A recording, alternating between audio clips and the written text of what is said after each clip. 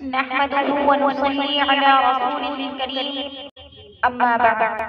فأعوذ بالله من الشيطان الرجيم بسم الله الرحمن الرحيم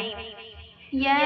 أيها الذين آمنوا اصبروا وصابروا ورابطوا واتقوا الله لعلكم تفلحون۔ آج 6 دسمبر یہ ایسی تاریخ ہے جس کو کوئی بھی بھلا نہیں سکتا۔ اسی دن بابری مسجد کے ساتھ ناانصافی ہوئی، اس کی چاہنے والوں کے ساتھ بڑا ظلم ہوا۔ بابری مسجد کی شہادت سے ہر ایک شخص واقف ہے، خواہ چھوٹا ہو یا بڑا۔ یہ حقیقت ہے کہ بابری مسجد اب ہمارے قبضے میں نہیں رہی، لیکن پھر بھی ہماری ذمہ داری ہے کہ ہم 6 دسمبر کو یاد رکھیں اور اپنی نسلوں کو بتائیں کہ بابری مسجد کو کس طرح شہید کیا گیا، کس طریقے سے غیر مسلموں نے اس کی گنبدوں کو اٹھایا، کس طریقے سے انہوں نے اس مسجد پر ظلم کیے۔ وہ مسجد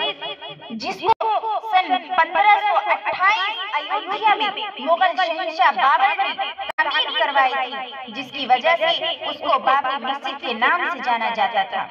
1853 میں ہندوؤں نے الزام لگایا کہ بھگوان رام کے مندر کو توڑ کر مسجد کی تعمیر ہوئی اور اس کو لے کر ہندوؤں اور مسلمانوں کے درمیان پہلی مرتبہ جنگ ہوئی۔ بابری مسجد کی ہم کو وہ شہادت یاد ہے، بابری مسجد کی ہم کو وہ شہادت یاد ہے،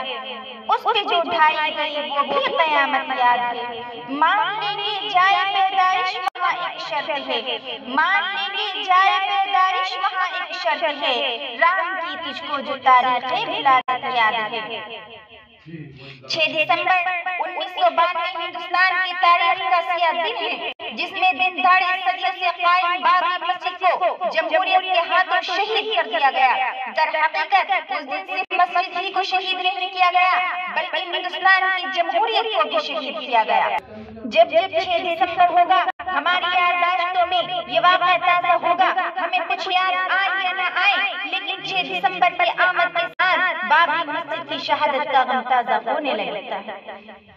ہم اور ہماری آنے والی جو آخری سانس تک کم نہیں ہو سکتا ہے کہ آئندہ آنے والی نسل مسجد کی شہادت کے غم میں شامل رہے، لیکن شاید تاریخی حقائق سے بہت ان کے دماغ میں سوال ضرور ابلتے ہوں گے کہ 6 دسمبر پر یہ احتجاج کیوں، آخری کیوں یوم سیاہ منایا جاتا ہے جبکہ انگنت مساجد شہید کی جا چکی۔ اس کا جواب صرف یہ نہیں کہ یہ ابتر ہے اور قیامت تک رہے گا، بلکہ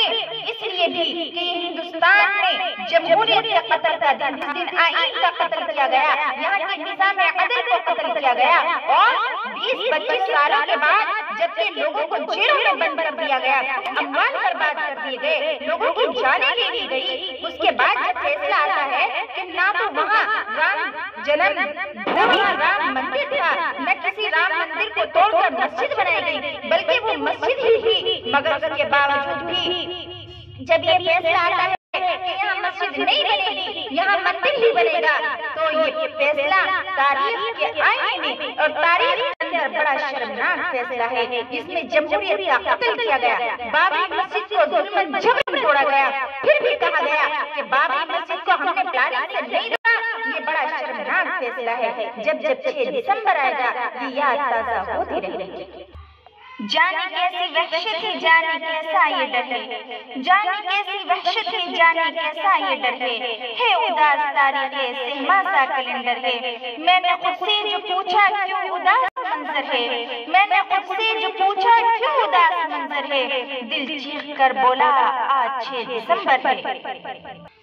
بابری مسجد اس کے اصل مقام پر دوبارہ تعمیر ہوگی یا نہیں، یہ سوال یقیناً ذہن میں بھرتا ہے۔ مایوسی کفر ہے، اللہ کی ذات سے یقین ہے، ممکن ہے اس کے لیے صدیاں لگ جائیں۔ جب تک بھارت میں مسلمانوں کی حمیت، غیرت، عزت نفس، خودداری اور اپنی عبادت گاہوں سے محبت باقی ہے، بابری مسجد سے محبت، اس کی شہادت کا غم باقی رہے گا، یہ نسل در نسل منتقل ہوگا۔